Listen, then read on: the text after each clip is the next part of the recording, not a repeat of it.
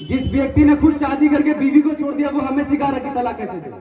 कि भाइयों बहनों 15 लाख आपके अकाउंट में आएंगे, अच्छे दिन आपके अकाउंट में आएंगे। ट्रिपल तलाक शरीयत पर हमला, ट्रिपल तलाक हमारे इस्लाम पर हमला। जैसा सीट अवेले का बिल ओवैसी साहब ने फाड़ कर मोदी के मुंह में फेंक दिया था, वैसे ही यूजीसी का बिल भी वो फाड़ कर मोदी के मुंह फेंक दिया।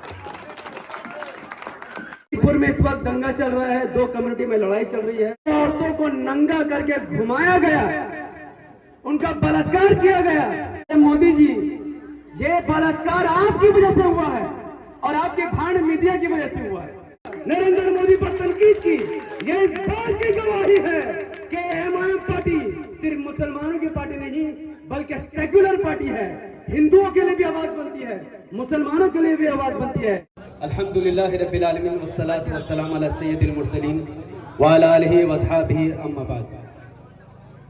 मैं आसनसोल में पहली बार आया हूँ। दानिश भाई ने सही कहा, आसनसोल एक प्यारा शहर, बेहतरीन शहर, लेकिन मुझे यकीन नहीं हो रहा है कि टीएमसी सरकार के 15 साल होने को आ गए, लेकिन उन्होंने आसनसोल को गड्ढा शहर बनाया। पूरे रास्ते में गड्ढा है। बताइए, पहला बार अगर कोई व्यक्ति कलकत्ता से चलकर आसनसोल आएगा, उसकी कमर की हड्डी हिल जाएगी। तो मुझे अफसोस हुआ कि जो प्रेग्नेंट औरत सफर कर रही है उसके साथ क्या होता होगा। तो मुझे उम्मीद है कि आने वाले मेंबर ऑफ पार्लियामेंट के इलेक्शन में या तो वो गड्ढा भरेगा या फिर टीएमसी पार्टी में बहुत बड़ा गड्ढा हो जाएगा इंशाल्लाह। आज का ये जो जलसा है ये हालत हाजरा पर है। बहुत समझने वाली बात है कि इसका नाम हालत हाजरा क्यों है।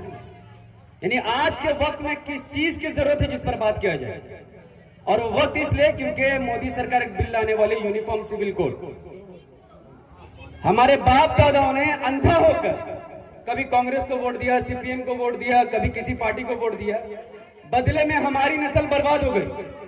आज ना नौजवान के पास घर है, ना जॉब है, कुछ भी नहीं है क्योंकि हमारी नस्ल खत्म। लेकिन आज हालत हाजरा की मीटिंग में आप सब इसलिए आए हैं ताकि आप अपने वोटों का अधिकार सही जगह करके अपने आने वाली नस्ल को ठीक करेंगे। यूनिफॉर्म सिविल कोड है क्या? किसी को पता यूनिफॉर्म सिविल कोड क्या है?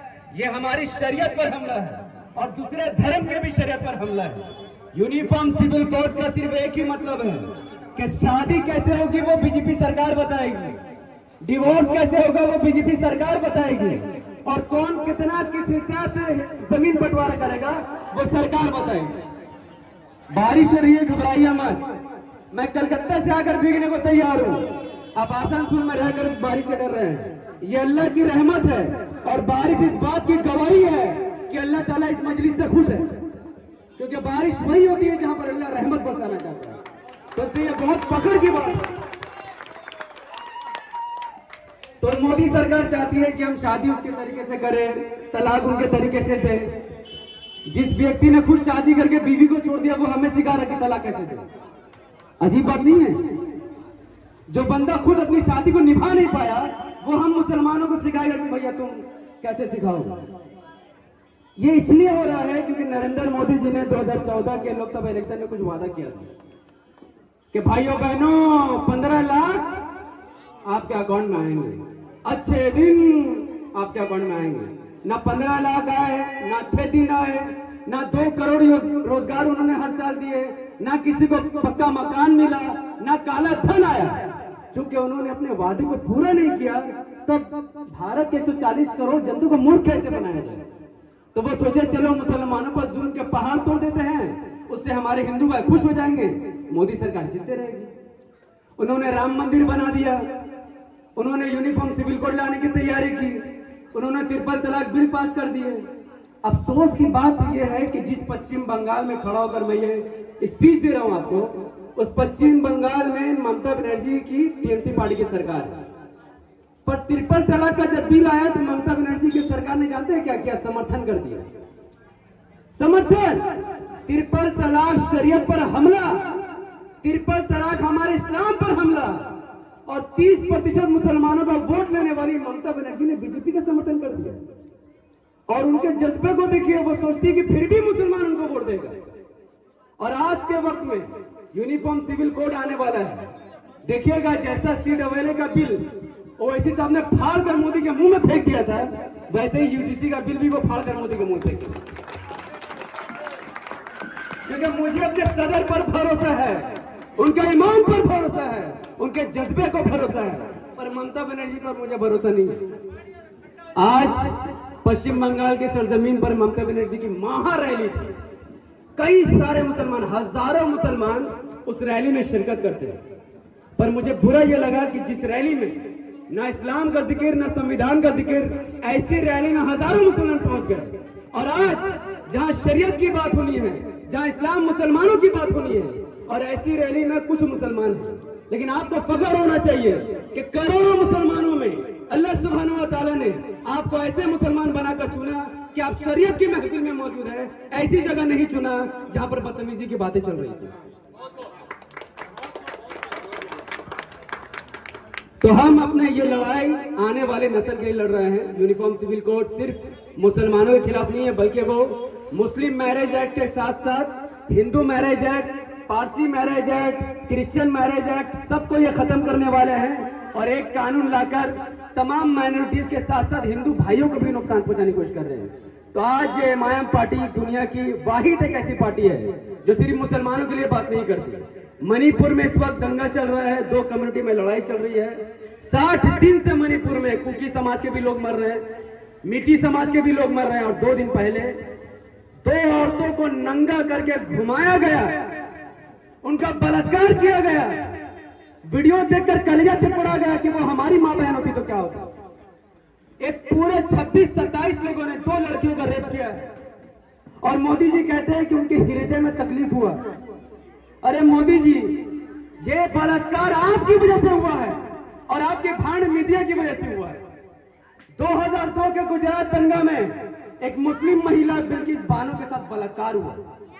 उनके बलात्कारियों को बीच चौराहे में फांसी देने की जगह भारतीय जनता पार्टी की सरकार ने उनको बाइज्जत बरी करवाकर उनको संस्कारी बता दिया। और आज मणिपुर के लोगों ने समझा कि अगर बलात्कारी करने वाले संस्कारी हैं, जिसको देखते हुए उन्होंने भी कुछ महिलाओं का बलात्कार कर दिया। मणिपुर में होने वाली हिंसा, होने वाले बलात्कार और पूरे मणिपुर को बर्बाद करने में सिर्फ और सिर्फ अकेले भारतीय जनता पार्टी का हाथ है। आज वेस्ट बंगाल में ममता बनर्जी की सरकार है, उनके एमपी, एमएलए, उनके सीएम खुद अगर जमीन पर उतर जाए तो मणिपुर का दंगा खत्म हो जाएगा। लेकिन ममता बनर्जी को लगता है कोई फर्क ही नहीं पड़ता, कोई फर्क नहीं पड़ता। लेकिन चूंकि मणिपुर में मुसलमान ज्यादा नहीं है, ये लड़ाई गैर मुसलमानों के दरमियान है, उसके बावजूद भी मेरा सदर, आपका सदर बैरिस्टर असदुद्दीन साहब ने उस पर भी अपनी आवाज को बुलंद किया, नरेंद्र मोदी पर तनकीद की। ये इस बात की गवाही है कि एमआईएम पार्टी सिर्फ मुसलमानों की पार्टी नहीं बल्कि सेक्युलर पार्टी है। हिंदुओं के लिए भी आवाज बनती है, मुसलमानों के लिए भी आवाज बनती है। जिस समुदाय पर जुल्म होगा एमआईएम पार्टी उसके लिए खड़ी होगी, क्योंकि हमारे सदर ऐसे बेहतरीन सदर है। तो ममता बनर्जी जी का हमारे ओवैसी साहब से कोई मुकाबला ही नहीं। जाते जाते मैं सिर्फ एक बात आपको बता दूं कि इस वेस्ट बंगाल में 30 साल सीपीएम ने राज किया है, कई साल कांग्रेस ने राज किया है। जब सीपीएम का दौर था तब हम सब यहाँ ज्यादातर लोग छोटे होंगे, तब पता चला कि ममता बनर्जी नाम की एक नेता आई है, एक लीडर आई है, उनको वोट देना है। तब ममता बनर्जी ने कहा कि मुसलमानों हम आपको 14% रिजर्वेशन देंगे।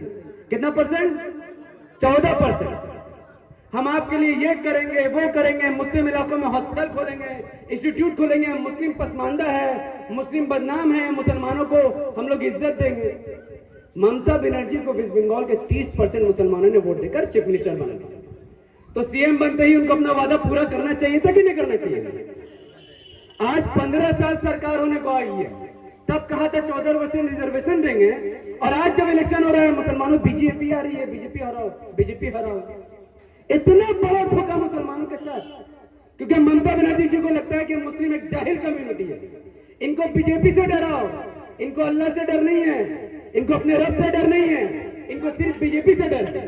पर आज अगर आसनसोल की आवाम एआईएमआईएम में शामिल होती है, एमआईएम के नेता को जिताती है, एमआईएम के हाथ को मजबूत करती है, तो वेस्ट बंगाल की सरजमीन से एक पैगाम पहुंचेगा कि आसनसोल की आवाम, वेस्ट बंगाल की आवाम बीजेपी से नहीं बल्कि अल्लाह से डरती है।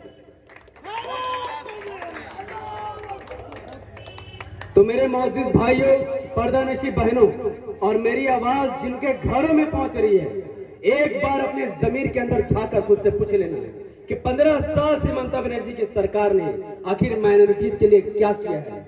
अगर ममता बनर्जी ने आपके इलाकों में स्कूल नहीं खोला, अगर ममता बनर्जी की पार्टी ने आपके इलाके में हॉस्पिटल नहीं खोला, अगर आपके रास्तों के गड्ढों को नहीं बढ़ा, अगर आपको रिजर्वेशन नहीं दिया, अगर आपके बच्चे पुलिस नहीं बन रहे हैं, अगर आपके बच्चे डॉक्टर इंजीनियर नहीं बन रहे, अगर आपके बच्चे ऑफिसर नहीं बन रहे, अगर आपके बच्चों को सरकारी नौकरी नहीं मिल रही है, तो आप अपने नस्ल को बर्बाद कर रहे हैं। ममता बनर्जी की पार्टी आपकी नस्ल को बर्बाद कर रही है।